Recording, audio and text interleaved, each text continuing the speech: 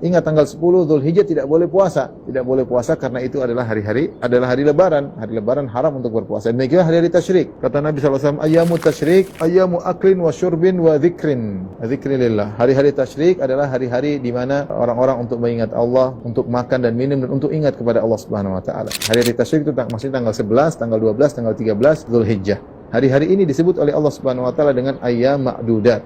Wadhkurullaha fi ayyamin ma'dudat. Faman ta'ajjala fi yawmaini fala itsma 'alaihi wa man ta'akhkhara fala itsma 'alaihi liman ittaqa. Dan berzikirlah kepada Allah di hari-hari yang telah dihitung tersebut, 3 hari, ayam tasyrik. Ketika Allah mengkhususkan untuk berzikir kepada Allah pada hari tersebut, menunjukkan zikir pada hari tersebut dianjurkan. Berzikir kapan saja disebut dengan takbir mutlak. Kenapa disebut hari tasyrik? Sebenarnya mengatakan tasyrik artinya meletakkan daging-daging di atas, di depan, di matahari untuk dijemur sambil dikasih garam, ya, diasinkan. Ini tidak lain untuk metode mereka dahulu untuk mengawetkan daging. Karena banyak daging yang dipotong, tidak mungkin mereka makan seluruhnya, maka di antara cara pengawetan daging tersebut mereka mentasyrik, yaitu mentasyrik, mereka potong-potong. Karena tanggal 11, 12, 13 adalah hari motong korban. Hari motong korban, hari untuk motong hewan hadyu bagi jemaah haji, ya, bagi orang tanah air, ya, selain jemaah haji memotong korban, ya, maka mereka potong tipis-tipis, mereka jemur di bawah matahari, disebut dengan mentasyrik. Makanya disebut dengan hari-hari tasyrik. Makanya ini mengatakan ayyamu tasyrik, ayyamu aklin wa syurbin, adalah hari-hari untuk makan dan minum, tapi ingat wa dzikrillah, untuk pada Allah Subhanahu wa taala. Dan Allah mengkhususkan ayat wadhkurullaha fi ayyamin ma'dudat. Ingatlah Allah pada hari-hari yang telah ditentukan tersebut. Maka hari-hari tasyrik kita perbanyak berzikir kepada Allah. Berzikir kepada Allah bisa dengan zikir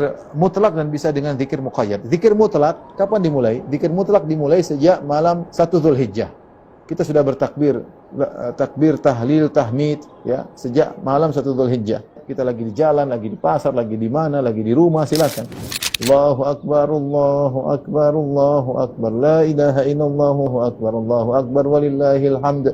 Kapan saja kita silakan kita berzikir.